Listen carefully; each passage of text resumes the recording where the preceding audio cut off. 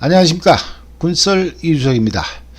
오늘은 연평도에서 탈영했다가 사흘 만에 자진해서 복귀한 해병의 아주 역대급 골 때리는 사연을 소개하겠습니다. 그 전에 지난번 두 편에 걸친 해관 69기의 광화문 사건과 관련한 방송이 나간 이후 의미 있는 댓글이 있었습니다. 저한테 많은 사연을 제보해 주시는 분인데 병 212기 LVT 병과입니다. 댓글의 내용은 다음과 같습니다. 당시 헌병대장이셨던 전도봉 사령관님께 내용을 전해드렸더니 웃으시면서 동아일보에서 이 사건을 취재하여 보도하려고 하였기에 신문사를 방문해서 인쇄 중인 윤전기를 정지시켜 보도되지 않았다는 말씀을 해주시더군요. 이런 내용이었습니다. 방송에서 제가 분명히 84년 여름 동아일보 휴지통에 해관 69기들의 광화문 사건이 보도된 걸 본 적이 있다. 또 해관 69기 여러분들 역시 이런 동아일보의 보도 내용을 기억하고 있었다. 하지만 과거 신문 기사 검색에서는 찾을 수가 없는 바 아마도 동아일보 초판에는 보도되었으나 2판부터는 다른 기사로 대체됐고 따라서 현재 기사 검색에서는 찾을 수가 없는 것 같다. 이런 말씀을 드렸는데 전도봉 사령관님의 이 말씀을 들으면 제 추측이 맞을 것 같다는 생각입니다. 그리고 또 하나, 당시 이 대형 사건의 주모자인 최모 소위를 영창에 집어넣지 않고 잘해라 이렇게 웃으면서 딱 한마디 하고 돌려보냈다는 당시 영관장교가 저는 아무래도 66년 김해 공군비행학교 습격 사건의 주역인 해관 35기 전도봉, 84년 당시 중령 서울지구 헌병대장이 100%다. 왜? 18년 만에 자신과 똑같은 놈이 나타났다. 꼴통끼리는 통하는 게 있지 않겠냐. 따라서 전도봉 중령은 18년 후배 이 꼴통 소위가 무척이나 반가웠을 것 같다. 이런 말씀을 드렸는데 댓글에서 전도봉 사령관께서 하셨다는 말씀을 들으면 이거 역시나 제 추측이 정확했던 것 같습니다. 이렇게 확실하지 않은 걸 여러 정황 그리고 철저한 분석을 통해 정확히 맞췄을 때 저는 방송인으로서 무척이나 자부심을 느끼게 됩니다. 방송인? 이 자식 또 꼴값 떨고 있네. 어떤 자식이 너를 방송인이라고 하냐 임마? 예? 어떤 자식이라뇨? 제가 저를 방송인이라고 했잖아요. 내가 그렇다는데 누가 뭐라 그래? 다들 제 멋에 사는 거예요. 그 실무에서 맨날 밥하고 국 끓이냐고. 겨울에 주개병 손등이 다 터져 있어. 동상도 걸리고. 그러니까 돼지비계 발라도 안 나. 하지만 위장복에 독수리, 박쥐, 상어 이런 거 덕지덕지 어깨 넘어 이제 여기까지 이렇게 쭉 넘겨가지고 붙이고 휴가 나가면 친구들이 야, 너 해병대에서 물 만지냐? 손이 왜 그래? 밥해? 손등이 다 터져 있잖아. 그러면 야 임마, 한겨울에 하루 종일 바닷속에 있어 봐라. 손이 온전하겠냐? 이 자식들이 뭘 몰라. 내가 막 오리발에 빨대 물고 원산항을 밥 먹듯이 들락날락 하는 사람이야. 알아? 이러면 지들이 해병대 와봤어? 내가 그렇다면 걔들도 다 그렇게 믿는 거예요. 저 새끼 중학교 1학년 때부터 담배 폈는데 폐활량이 괜찮은가 봐. 어떻게 빨대 물고 원산항까지 간대? 이럴 거 아니겠어요? 그러니까 제가 방송인이다 이러면 우리 같은 해병대끼리는 눈 감아 주셔야 돼요. 저 새끼 후럽구다 이렇게 까발려서 좋을 게 뭐가 있어요? 다 그렇게 사는 거지. 누워서 침 뱉게요. 안 그래요? 그렇게 넘어가셔야 됩니다. 자, 그럼 지금부터 오늘의 본론, 연평도에서 탈영하면 어떤 일이 일어나는지, 탈영했다가 3일 만에 자진 복귀한 해병의 사연을 통해서 우리는 왜 탈영을 하면 안 되는가, 이 문제를 집중적으로 조명해 보겠습니다. 이런 방송은 해병대뿐만이 아니라 육해공군 전군에서 시청각 교보제로 매주 그 수요일날 하는 거 있잖아요. 오전에 그거 끝나고 나면 이제 오후에 뭐 공차고 그러잖아요. 그때 오전에 이렇게 정신교보제로 활용을 해야 돼요. 그러고 보니 군썰 이주석 이게 아주 괜찮은 방송이죠. 이거 한 편 딱 보고 나면 탈영병 안 나와. 너 오늘 밤 튀어봐. 그래도 안 나가요. 에? 왜? 지금부터 소개하는 사연을 들으시면 탈영하고 싶은 마음이 완전히 사라진다는 겁니다. 그럼 시작하겠습니다. 때는 1990년대. 그럼 이 방송을 주로 보시는 60년대부터 80년대까지 근무하신 분들께는 아주 새카만 후배가 되겠죠. 주인공의 나이는 아직 50이 안 됐다. 이렇게만 밝히겠습니다. 그럼 지금 40대 예비역들 역시나 60, 70년대 해병대 선배들의 꼴통 기질을 그대로 물려받았다는 뜻이 될 것 같습니다. 장소는 이미 밝혔듯이 서해 5도 중에 하나인 연평도. 근데 연평도에서 탈영병이 발생했다고 하니까 많은 분들께서는 이거 구라 같은데, 사방이 바다인 섬에서 도망갈 수 있는 방법이라고는 오직 배를 타고 나가는 방법뿐인데, 여객선이 들어오고 나갈 때면 항시 부대 간부들과 헌병들이 부두를 지키고 있다.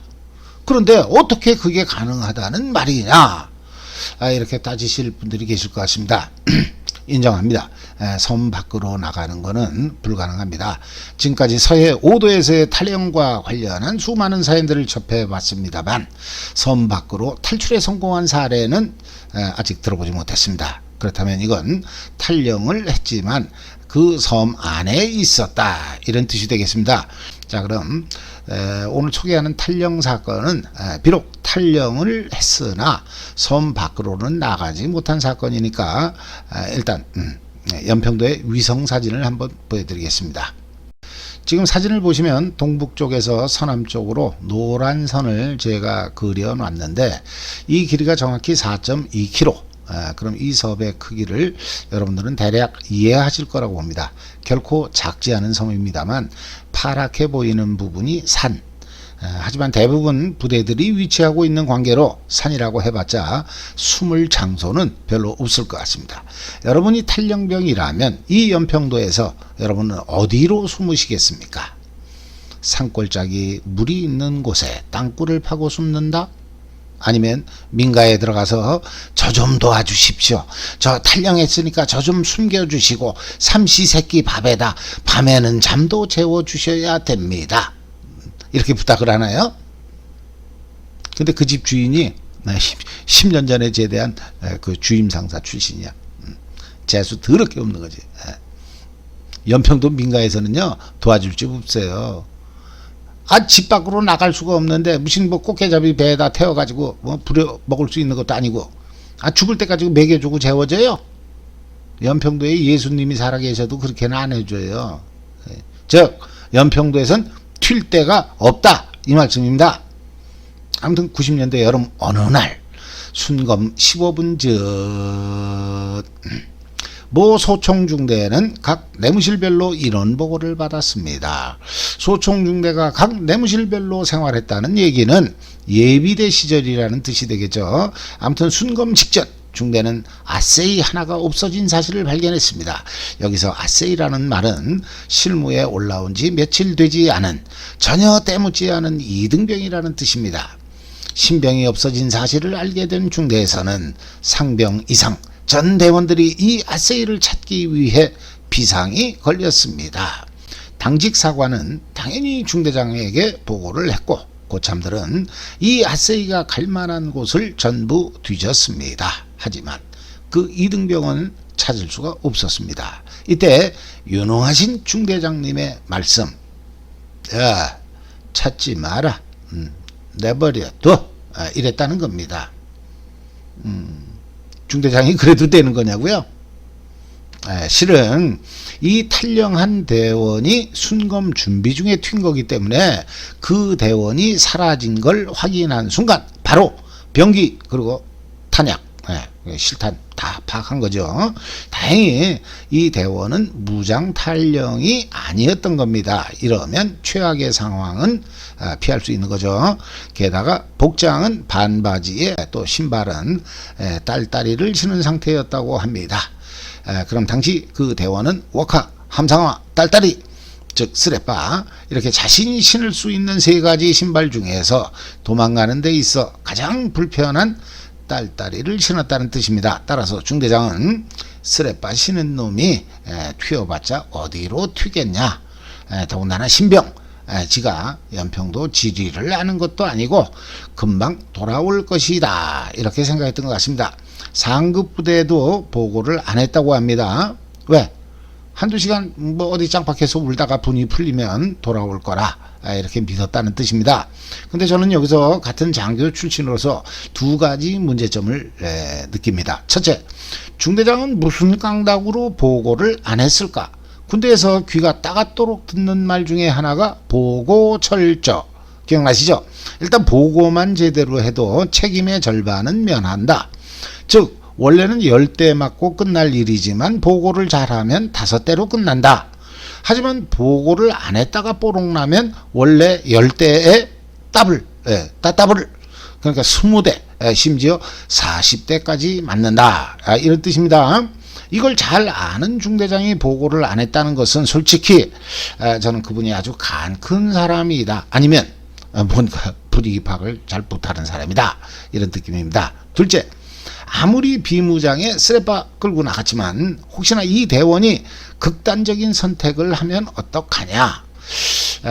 만약에 제가 중대장이었다면 저는 바로 부대본부에 보고하고 연평부대 전 병력을 동원해서 밤새도록 이 대원을 찾았을 것 같습니다. 특히나 뭐 큰 소나무가 있는 곳이라면 랜턴으로 일일이 그 소나무를 비춰보도록 대원들에게 지시했을 것 같습니다.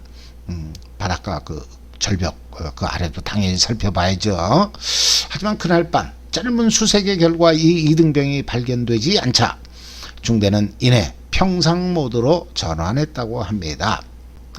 뭐 상급 부대에 보고도 안 해놓고서 조별과업, 오전과업, 또 오후과업에 석별과업, 그리고 야간과업까지 전 중대원이 연평도를 이잡듯이 수색하고 있다. 그럼 바로 중대장의 보고 태만, 이게 뽀록나는 거죠. 그러니까 중대는 평상시와 다름없는 정상과업을 하고 있었다는 뜻입니다. 물론 육거리 쪽으로 나가는 대원들에게는 일단 그놈이 보이면 무조건 잡아와라. 도망가면 돌멩이를 던져서라도 짱돌을 던져서라도 아주 끌고 와라, 뭐 이런 교육이 있었다고 합니다. 하지만 하루가 지나 이틀이 되고 또 3일째가 되자 중대장 역시나 초조함을 감추지 못하던 그때, 즉 사흘째 되던 날 저녁에 이놈이 나타났다고 합니다. 짜잔! 중대 현관을 쓰레빠 끌고서 이놈이 그놈이 타덜타덜 들어왔다는 겁니다. 이놈, 저놈이? 아니 아무리 이등병이라고 해도 그렇지 대원한테 이놈 저놈 그러면 안 되죠. 나 중대장은 그렇게 안 봤는데 그 병이라고 무시하는 거예요? 이렇게 물으신다면 그럼 제가 그 자식한테 이분 저분 이렇게 얘기를 해야 돼요?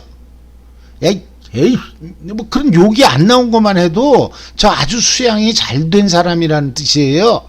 배운 사람이라는 뜻이죠. 해병대 장교들 그렇게 무식하지 않아요. 근데 이 중대장이 그놈을 5파운드로 50대인가 무려 50대인가 뭐 그렇게 팼다는 걸 보면 배운 사람도 열받으면 빠따를 치는 것 같아요. 자, 그럼 계속해서 이 탈령했던 이등병은 사흘 동안 어디에 있었을까요? 뭐 질질 끌면 또 짜증내시니까 바로 그놈의 그 사흘간 행적을 공개하겠습니다. 순검 준비 시간, 순간적으로 분노를 억누를 수 없었던 이 이등병은 중대에서 구보로 한 1분 거리에 있는 갱도, 즉 지하 빵카로 달려갔다고 합니다. 1분 거리라지만 쓰레빠 신고 뛴 거니까 1분 30초 뭐 그 정도 걸리지 않았을까 저는 추정합니다. 추정? 아이 자식, 도망가는데 임마 누가 뒤따라오는 것도 아니고 1분이면 어떻고 또 1분 30초면 어떻다고. 그게 뭐가 중요해?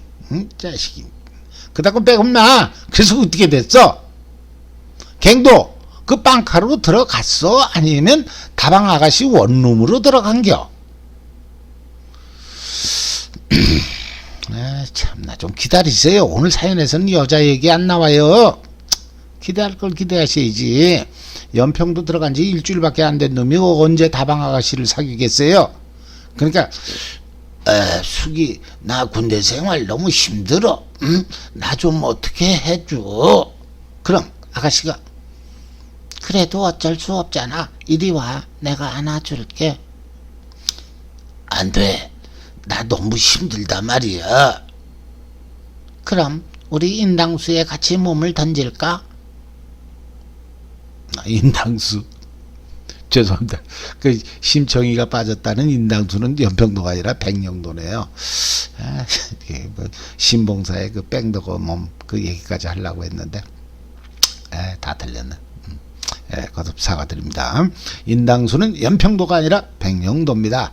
그 심청이가 빠지고 나서 바닷가에 연꽃이 피었다고 그러잖아요. 연봉바위 아시죠? 그렇다고 유계단에서 운영하는 연봉회관이 뭐 심청이가 이렇게 뭐 삼겹살을 구워주는 뭐 그런 데는 아닙니다. 참, 나 이게 뭔 얘기를 하다가 심청이가 나오고 연봉회관 빵카, 갱도. 중대에서 약 1분 거리에 있는 연평도, 갱도 지하 빵카로 튀었다고 했죠. 근데 연평도에서 근무하신 분들은 잘 아시겠습니다만 평소에는 입구 철문에다가 쇠사슬을 걸고 자물쇠로 채워놓는다고 합니다.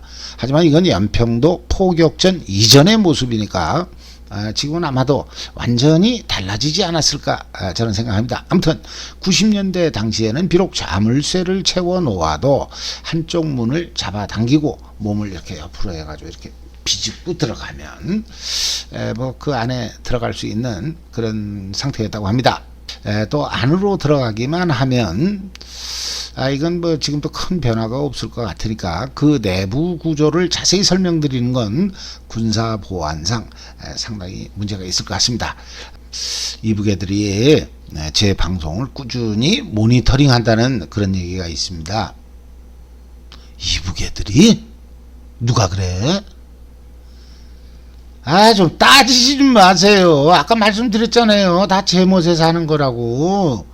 오리발 차고 원사랑 들어갔다고 그러면 그러려니 생각하셔야지. 이북애들이 듣는다고 어떤 실없는 놈이 그딴 소리를 했다는 거냐? 그거 밝혀서 뭐 하겠어요? 다 1급 비밀인데. 아무튼 연평도 갱도는 빵카는 일반인들이 상상할 수 없는 무지무지 크고 특수한 구조다. 또 무슨 개미굴처럼 갱도 안쪽에는 사통팔달 여러 군데로 길이 나 있다. 그럼 전쟁 나면 이 지하 갱도 사거리마다 헌병이 교통정리를 해야 되나? 이 신호등은 없을 거 아니겠어요. 그리고 설령 신호등이 있다고 해도 그렇지 실탄 운반하는 병력하고 먹을 거 추진하는 병력이 사거리에서 마주쳤어. 그럼 밥 가지고 가는 병력이 다 먹자고 하는 짓인데 실탄보다는 밥이 중요해. 야 병기병 기다려. 우리가 먼저 갈래? 군인이 아니 해병대가 이래요? 한 끼 안 먹는다고 죽어? 이북애들 지금 바글바글 기어 올라오고 있는데 그러니까 이 신호등이고 나발이고 다 필요 없어요. 헌병이 딱 보고서 국자 든 놈보다는 실탄 박스 든 놈을 먼저 통과시킨다는 겁니다. 여기서도 또 자꾸 오늘 이놈 저놈 이게 안 좋은 말이 많이 나오네. 죄송합니다. 아무튼 하지만 백령도보다는 규모가 작겠죠. 어쨌든 그 안쪽은 잘못 들어가면 길을 잃어버릴 수 있다. 이 정도로만 연평도 갱도를 설명드리겠습니다. 그런데 이게 평소에는 자물쇠로 채워놓는다고 말씀드렸지 않습니까? 그러면 누가 들어오는 사람이 없으니까 갱도 안쪽에는 불을 꺼놓겠죠. 그러니까 훈련 상황이라든가 실제 상황, 부대 본부에서 메인 전원을 올려야만 불을 켤 수가 있고 평시에는 그 부대 본부 중 되겠죠. 이제 뭐 그런 데서 이 두꺼비 집을 내려놨으니까 스위치를 올려봤자 불은 안 들어온다. 다시 말해서 안에 들어가면 깜깜하다. 아무것도 안 보인다. 이런 뜻입니다. 그런데 이런 곳으로 그 이등병 탈영병이 숨어들었다는 겁니다. 그러니 뭐 육거리고 다방아가씨 원룸이고 찾아봤자 그놈이 나오겠어요. 근데 실은 안쪽으로 숨어든 탈영병이 처음에는 빛이 들어오는 출입문 안쪽에 숨어 있었다고 합니다. 하지만 여기저기 다 찾아봐도 놈의 흔적을 발견할 수 없었던 중대에서는 마지막으로 이놈이 혹시 빵카에 숨은 건 아닐까 생각하고 드디어 철문을 열고 안쪽으로 들어갔다고 합니다. 그 뭐 보나마나 야, 거기 있지? 뭐 메아리도 왕왕 울려댔겠죠. 안 나오면 쳐들어. 아니, 안 나오면 죽인다. 이 기아 빠진 이병. 이 아싸, 이 개슈. 군대 생활 앞날이 구말리 같은데 어디서 탈령을 해. 빨리 나와, 이 개. 이런 식으로 했겠죠. 안 봐도 비디오예요. 예. 하지만 철문을 여는 소리를 들은 안쪽의 탈령병은 바로 더욱 갱도 깊숙이 몸을 숨겼다는 겁니다. 결국 중대원들은 요놈이 거기 은신해 있는지조차도 확인을 못하고 다시 나와야만 했다는 뜻입니다. 그리고 3일. 그러면 중대장도 서서히 이상한 생각이 들기 시작하는 거죠.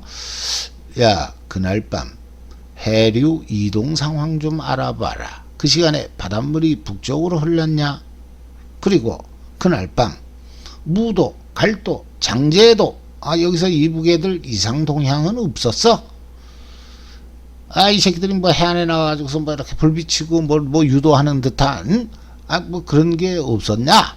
이런 거 좀 알아봐라. 그러면 또 중대선임마사는 아무래도 예감이 안 좋습니다. 지금 이래도 부대 본부에 보고하는 게 좋을 것 같습니다. 어젯밤 꿈에 글쎄 돌아가신 어머니가 나타나셔서 아들아 물가에 애들 내보내지 마라 그러시는데 중대장님 아무래도 한 놈이 잃어버린 것 같아요. 뭐 이러지 않았겠어요? 어쨌든 오늘 밤이 지나면 내일은 정말이지 부대장님께 보고를 해야 되겠다. 이런 결정을 한 중대장. 여기서 말하는 부대장은 연평부대장. 그때나 지금이나 계급이 대령입니다.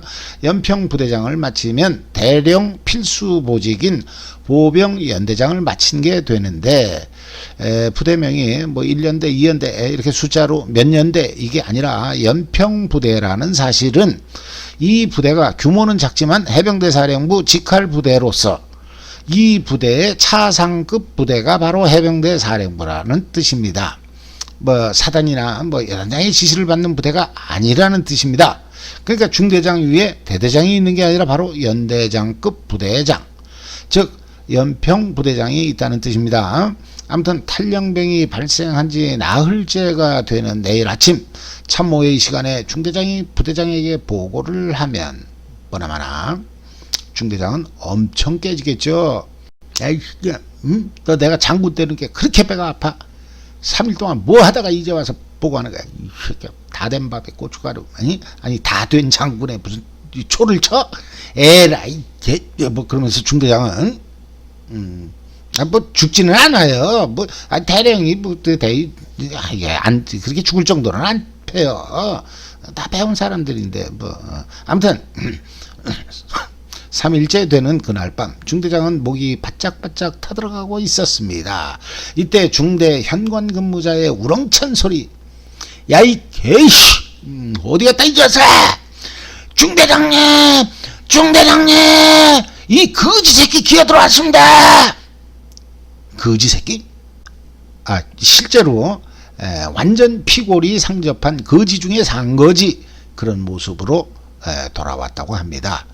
쓰레빠시는 발가락 그 사이사이에는 무슨 시커먼 뭐 구리스 같은 때가 꼬질꼬질. 아무튼 이 소리를 들은 중대장은 제보자께서는 이때 중대장의 모습을 말씀 안 하셨는데 제가 보기에는 거의 맨발로 뛰어나오지 않았을까 그렇게 생각합니다. 그리고 이 이등병은 바로 중대장실로 끌려 들어갔다고 합니다. 중대장은 겉으로는 노발대발 죽이니 살리니 했지만 속으로는 이 이등병이 엄청 고마웠을 것 같다는 생각입니다. 저는 그래요. 아무튼 그런 다음 중대장은 이 이등병에게 일종의 조건을 제시했다고 합니다. 영창 갈래 50대 맞을래? 이 질문에 이등병은 빠따 50대를 선택했다고 하네요. 제가 보기에는 영창 갈 테니까 때리지 마십시오. 이게 가장 현명한 선택이었을 것 같은데 역시 이등병은 좀 어리숙했습니다. 중대장이 보고를 안 했기 때문에 이 대원을 영창 보내겠다는 것은 중대장 스스로 자기 무덤을 파는 겁니다. 부대장이 물어볼 거 아니겠어요? 야, 그 이등병 올라온 지 며칠 됐다고 걔를 영창 보낸다는 거냐? 그럼 중대장이 이 자식이 3일 동안 탈령했거든요. 그럼 부대장은 그래? 그럼 영창 보내야지. 근데 넌 왜 보고를 안 했어? 이 자식이 너 내가 장군 되는 게 싫어? 그 다음 상황은 제가 굳이 말씀 안 드리겠습니다. 그러니까 중대장은 영창 못 보내요. 이등병이 속은 거지 뭐. 아무튼 중대장이 제시한 두 개의 조건 중 빠따 50대를 선택한 이등병. 중대장은 보급병이 가져온 5파운드를 들고 자세 잡아 지시를 내렸다고 합니다. 3일 동안 풀뿌리 하나도 먹지 못한 이등병은 힘없이 엎드려 뻗쳐 자세를 잡던 도중 갑자기 무릎을 꿇더니만 중대장에게 통사정을 했다고 합니다. 중대장님, 저 밥 한 숟갈만 먹고 맞으면 안 되겠습니까? 밥만 주신다면 50대가 아니라 500대도 맞겠습니다. 밥 좀 주십시오. 만약에 제가 중대장이었으면 웃음이 나와서 그 자식 못 팼을 것 같은데, 이 중대장이 몇 개인지 모르겠습니다만은 이분도 보통 분이 아니에요. 주계병한테 그랬다는 거 아니겠습니까? 야, 주계병 밥 남은 거 있으면 가져와라. 나 이해가 안 되네. 그러니까 그때가 3일째 저녁, 그러니까 짬밥을 이미 다 버렸는데 그날은 무슨 이유에서인지 밥이 좀 남아 있었다고 합니다. 그래서 주계병이 추라이에 식은 밥 거기다 참기름에 고추장 한 숟갈 넣어가지고 갖다 주니까 중대장 앞에서 단 5초 만에 먹어치웠다는 것 같습니다. 근데 사실 갱도 안쪽에는 요소의 비상식량이 항시 비치되어 있었는데 이 친구는 실무에 올라온 지 며칠 안 된 이등병, 거기다 갱도 안쪽으로 튀는 바람에 한 발자국 뗄 때마다 일일이 손으로 벽을 짚어가면서 이동을 하는 방식. 하지만 운 나쁘게도 이 이등병의 손에는 비상식량이 걸려들지 않았던 모양입니다. 조금 전에 제가 3일 동안 풀뿌리 하나도 먹지 못했다는 표현을 썼는데 이건 진짜로 정확한 표현이 맞습니다. 갱도 안에 뭐 풀뿌리가 있을 리가 없잖아요. 아무튼 이렇게 허겁지겁 밥을 퍼먹은 이등병. 중대장은 다시 이 대원에게 자, 다 먹었으면 자세 잡아라.